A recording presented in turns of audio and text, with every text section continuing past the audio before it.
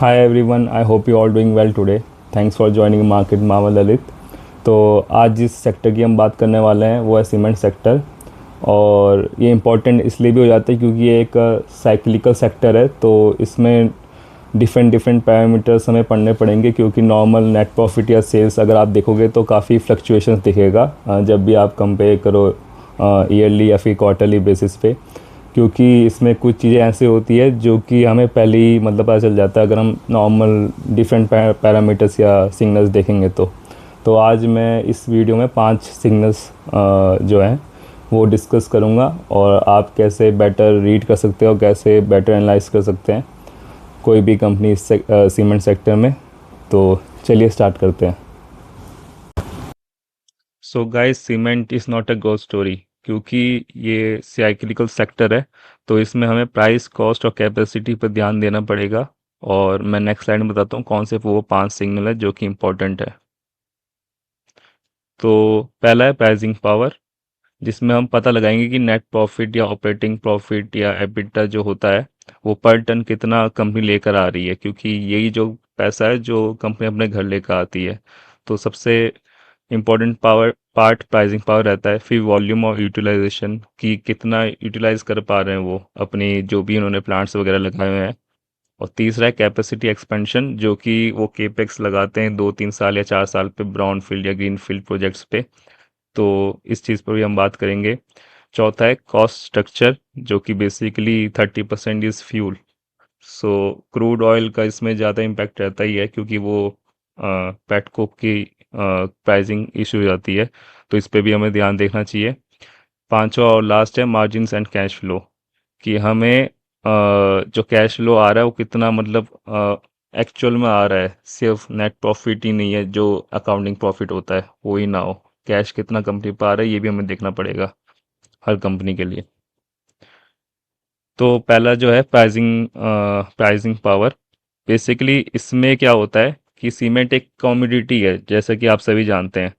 तो जो भी है प्राइस मार्केट फोर्सेस के वजह से हमें चेंज करना पड़ जाता है कंपनियों को, ताकि इंटरेस्ट, जैसे कि आप देख सकते हैं कि लेटेस्ट क्वार्टर में जो फाइनेंशियल ईयर 26 का क्वार्टर 4 था उसमें 15 से 20 रुपए पर बैग इनिशिएट किया इंडस्ट्री में, क्योंकि यहाँ पे इनपुट कॉस्ट इनकी बढ़ी हुई थी क्योंकि कमोडिटी सेक्टर में आता है। तो लेकिन अब इसमें जो कि एबिटा पर टन और एस्टिमेट जो किया है सोर्सेज लास्ट स्लाइड में डाले हैं मैंने, वो अभी भी डाउन है प्राइस हाइक के वजह से भी। क्योंकि रेवेन्यू यहाँ पे मतलब बढ़ रहा है बट एबिटा नहीं बढ़ रहा है। तो इसका मतलब क्या हुआ कि वॉल्यूम बढ़ने पर भी मार्जिन प्रोडक्ट नहीं होती, क्योंकि जब कॉस्ट इनपुट जो होती है वो तेज हो रही है। और प्लस यहाँ पे दो तरह की सेल्स होती हैं जो हमें देखना पड़ता है।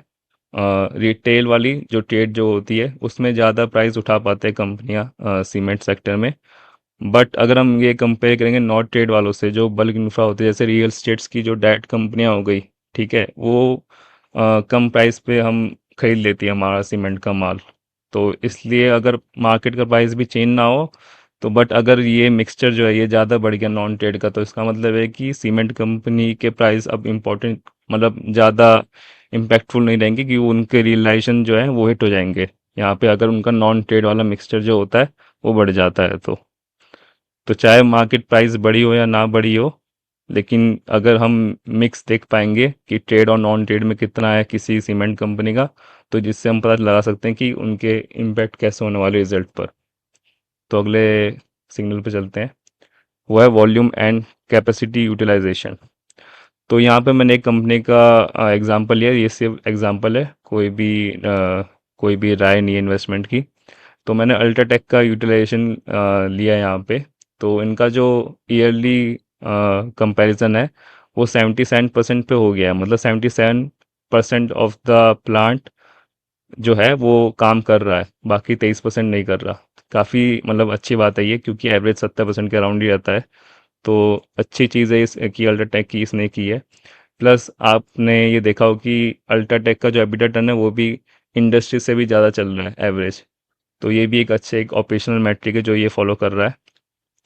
अब वॉल्यूम जो है इंडस्ट्री का, वो एस्टिमेशन है कि इतना वॉल्यूम अभी जनरेट होगा एक क्वार्टर में 126 मेगा टन का। ये तो नॉर्मल बात है कि इंडस्ट्री का ये एस्टिमेशन है कि इतना मतलब हो रहा है। अब मैंने एक होटल की एनालॉजी डाली है, क्योंकि जो सीमेंट प्लांट है वो आप होटल की तरह लेकर चलो कि अगर 100 रूम है उनके, ठीक है, तो उसमें कुछ फिक्स कॉस्ट भी होगी कि आप 60 भरो या 80 भरो, लेकिन कॉस्ट उतनी ही लगनी है। तो इसलिए जितनी हम यूटिलाइजेशन कर पाएंगे तो उतना ही हमारा बेटर हो पाएगा टोटल रेवेन्यू, और हम ज़्यादा प्रॉफिट भी कमा पाएंगे, क्योंकि फिक्स कॉस्ट वो सेम रहनी है प्लांट्स जब भी ये चलाते हैं। तो इसलिए यूटिलाइजेशन क्रॉस करना बहुत ज़रूरी है। तो 75% या 80% के अराउंड भी हम आ रहे हैं किसी कंपनी की यूटिलाइजेशन कैपेसिटी की, तो वो काफ़ी अच्छी बात है इस कंपनी में। तो अब तीसरे सिग्नल पे चलते हैं, वो है कैपेसिटी एक्सपेंशन। तो जैसे कि कुछ कंपनियां एक्सपेंशन अनाउंस करती रहती है, न्यूज़ वगैरह आता रहता है सर्कुलर्स पे भी। तो अभी क्या है कि 3 साल की ये जो FY 25 या FY 28 तक जितनी भी कैपेसिटी ऐड होनी है इंडस्ट्री के एस्टिमेशन पे, वो 150 से 160 के मेगा टन के बीच होनी है। तो इससे हमें ये चीज़ पता चलती है कि जब भी ये प्रोजेक्ट लगाते हैं तो कैसे प्रोजेक्ट लगा रहे हैं, मतलब ग्रीन फील्ड है या फिर वो है ब्राउन फील्ड है। क्योंकि जो ग्रीन फील्ड होता है वो 3 से 4 साल लगता है, और ब्राउन फील्ड में 12 से 18, क्योंकि वो वहाँ पे प्लांट होता है ऑलरेडी, मतलब उनका वो बने हुए होते हैं स्ट्रक्चर वगैरह। तो उनको बस अपना वो स्टार्ट करना होता है वहाँ पे, तो उसमें ज़्यादा टाइम लगता नहीं है। तो अब हमें ये देखना पड़ेगा कि कंपनी जो प्रोजेक्ट लॉन्च करी है वो कहाँ पर लॉन्च कर रही है, ठीक है। जैसे फॉर एग्जांपल श्री सीमेंट का एक नया प्रोजेक्ट है, वो जो लॉन्च हो रहा है वो मेघालय में लॉन्च होगा, 1800 करोड़ का कैपेक्स का। तो वो अब ये डिपेंड करता है कि वहाँ पे रीजनल प्लेयर दूसरा और कौन सा है, कि अगर वहाँ पे कोई और भी प्लेयर है तो वहाँ पे कैपेसिटी ज़्यादा बढ़ गई, सप्लाई ज़्यादा हो जाएगा वहाँ पे भी, उधर की एरिया में। तो वो इम्पैक्ट कर सकता है प्राइसिंग को भी वहाँ पे। तो इसलिए हमें ये देखना पड़ेगा कि जो भी कैपेसिटी नई ऐड हो रही है वो कहाँ पर ऐड हो रही है, कौन से रीजन में ऐड हो रही है, और कौन सा प्रोजेक्ट है वो, क्योंकि उसके हिसाब से हमें उनकी सप्लाई देखनी पड़ेगी कि दूसरे कॉम्पिटिटर्स वहाँ पे ऑलरेडी हैं या उनके भी प्रोजेक्ट्स आने वाले हैं वहाँ पर। तो उसके वजह से ये नंबर्स पे इम्पैक्ट आ सकता है। चौथा सिग्नल है कॉस्ट स्ट्रक्चर। तो बेसिकली 30% जो भी सीमेंट बनाने में लगता है वो 30% प्रोडक्शन कॉस्ट है, वो है फ्यूल की। तो और इसमें कंपनी कोई भी कंट्रोल नहीं रख पाती, क्योंकि ये ग्लोबली ग्लोबल कम्युनिटी है, तो मतलब उस पर डिपेंड करता है, सिर्फ कंपनी के हाथ में नहीं है, इंडस्ट्री के हाथ में भी नहीं है ये। तो जैसे कि हमने देखा कि जो पेट कोक है वो सर्ज हो गया था 112 टन, जो 2025 में था वो 145 टन पर आ गया डॉलर में।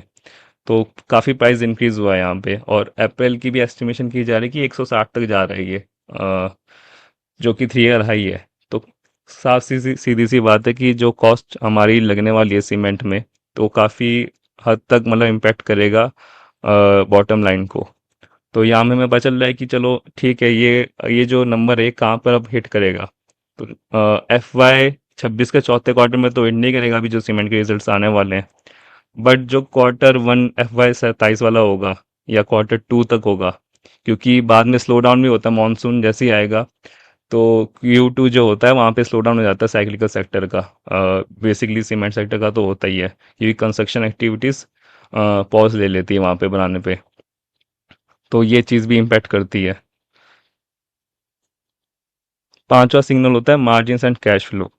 नाउ अब यहाँ पे जो होता है, जैसे सीमेंट कंपनीज को अगर हमें कंपेयर करना हो, मान लो कोई भी एक 1000 करोड़ मार्केट कैप वाली कंपनी है, ठीक है, और एक है 1 लाख करोड़ वाली मार्केट कैप की कंपनी। अब उनको कैसे कंपेयर करेंगे हम? नेट प्रॉफिट तो ऑब्वियसली उनका कम हो रहेगा, सेल्स भी कम रहेगी, डिफरेंट रहेगा, मतलब जो भी है। बट एक चीज़ है जो हम देख सकते हैं कंपेयर करने के लिए, वो है एबिटा पर टन। क्योंकि एबिटा पर टन अगर हम देखेंगे दोनों कंपनियों का, तो उस समय उनकी ऑपरेटिंग एफिशिएंसी पता चल जाएगी। तो अगर हम अल्ट्राटेक को किसी छोटी कंपनी के साथ हम कंपेयर करेंगे तो हम इस तरीके से हम कंपेयर कर सकते हैं। अब फ्री कैश फ्लो है, जो कि वो मैंने पिछली वीडियो में बताया था आईटी सेक्टर में, कि कितना हम कैश फ्लो हम लेकर आ रहे हैं एक्चुअल में, कंपनी अपने घर लेकर आती है। तो यहाँ पे जो एक्सपेंशन हो रहा है, मान लो अगर, तो और वीक फ्री कैश फ्लो है, तो इसका मतलब कि कैश कहीं जा रहा है, वो जा रहा है प्लांट्स में। अगर ये बात है तो ठीक है कि एबिटा अच्छा आ रहा है और कैश फ्लो नहीं कन्वर्ट हो रहा। बट अगर कैश फ्लो कम हो रहा है, एबिटा भी अच्छा है, बट न्यू प्लांट्स में हम नहीं जा रहे हैं, तो इसका मतलब वो कहीं तो कहीं और जा रहा है, और फिर वो मतलब देखना देखने वाली चीज़ है कि कहाँ वो रेड फ्लैग है। क्योंकि ये चीज़ हो तो ठीक है, वरना दिक्कत होगी। तो मास्टर गाइड में यही है कि ये 3 चीज़ें ट्रैक करो आप, कि नेट रियलाइजेशन कैसे हो रहा है, कि प्राइस इंप्रूव हो रहा है या नहीं बढ़ रहा। अगर कंपनी के पास पावर ही नहीं है प्राइस को खींचने के ऊपर, तो फिर वो कितना ही कुछ भी कर ले तो पॉइंट नहीं, क्योंकि दूसरी कंपनी प्राइस अगर कर लेगी तो वो जीत जाएगी। तो प्राइस का इसमें काफ़ी बड़ा मेजर रोल रहेगा। प्लस कैपेसिटी यूटिलाइजेशन, जो कि हम सप्लाई कर रहे हैं वो हो भी पा रही है या नहीं हो पा रही, कि 77% था यहाँ पे, यूटिलाइज कर पा रहा है, तो क्या वो नेट प्रॉफिट में भी कन्वर्ट हो पाएगा उतना, वो हमें देखना पड़ेगा। उसके वजह से एबिटा पर टन से, कि हम कितना हम खींच पा रहे हैं, वहाँ पे एबिटा कितना बन रहा है। और तीसरा चीज़ है कि पेटकोइन कोल के प्राइसेस, अगर ये सबसे ज़्यादा ऑल टाइम हाई या फिर मतलब काफ़ी चलते रहेंगे, हाई कॉस्ट बढ़ाते रहेंगे ये इनपुट, तो हमारी बॉटम लाइन डिक्रीज जाएगी और मार्जिन भी हिट हो जाएंगे इसमें। तो ये यहाँ पर हमें मिल जाएंगे इकरा वाले मंथली अपडेट में भी, ये भी क्वार्टरली इन्वेस्टर में डालते हैं कैपेसिटी यूटिलाइजेशन कितनी हो रही है। और तो हमें डेटा कहाँ से मिलेगा, डेटा उनके आईआर पेजेस से, जो भी रियलाइजेशन पर टन है, बिड्डा पर टन है, फ्यूल कॉस्ट वगैरह, कैपेसिटी डेटा, ये सब वहाँ पे मिलेगा। बीएससी एनएससी फाइलिंग्स पे सब मिल जाएगा, P and L, cash flow statements वगैरह कंपनी अपनी डालती है क्वार्टरली अपडेट्स। और कोई भी कैपेसिटी एक्सपेंशन वगैरह करते हैं तो वो भी वहाँ पे उनको मतलब पब्लिकली डालना पड़ता है। तो एक तरह से हम मंथली सीमेंट अपडेट भी देख सकते हैं, वहाँ पे इंडस्ट्री वॉल्यूम या प्राइस वगैरह रीजनल वो भी डालते हैं वो लोग, तो उधर से भी हम देख सकते हैं। और ये आर्गस मीडिया पे भी हम देख सकते हैं कि कोई भी पेट को या कोल का प्राइसेस है वो कैसे मतलब चल रहा है, ट्रैक करने के लिए। तो ये सब चीज़ें हैं जो हम यहाँ से देख सकते हैं। तो लास्टली हमें प्राइस देखना पड़ेगा कि प्राइस में पावर है या नहीं कंपनी की, क्योंकि ये कमोडिटी मार्केट है। तो अगर प्राइस किसी कंपनी का ज़्यादा है और किसी कंपनी का कम है, तो साफ सीधी सी बात है कि जो दूसरी कंपनी जिसका XYZ कंपनी का ज़्यादा है, तो इसका मतलब है कि उसकी मतलब वहाँ पे क्या कहते हैं, उस मार्केट की पकड़ मजबूत है। और कॉस्ट कॉस्ट में वो मैंने पेटको का एंड उसका बता ही दिया कि उसमें यूज़ होता है इनपुट में।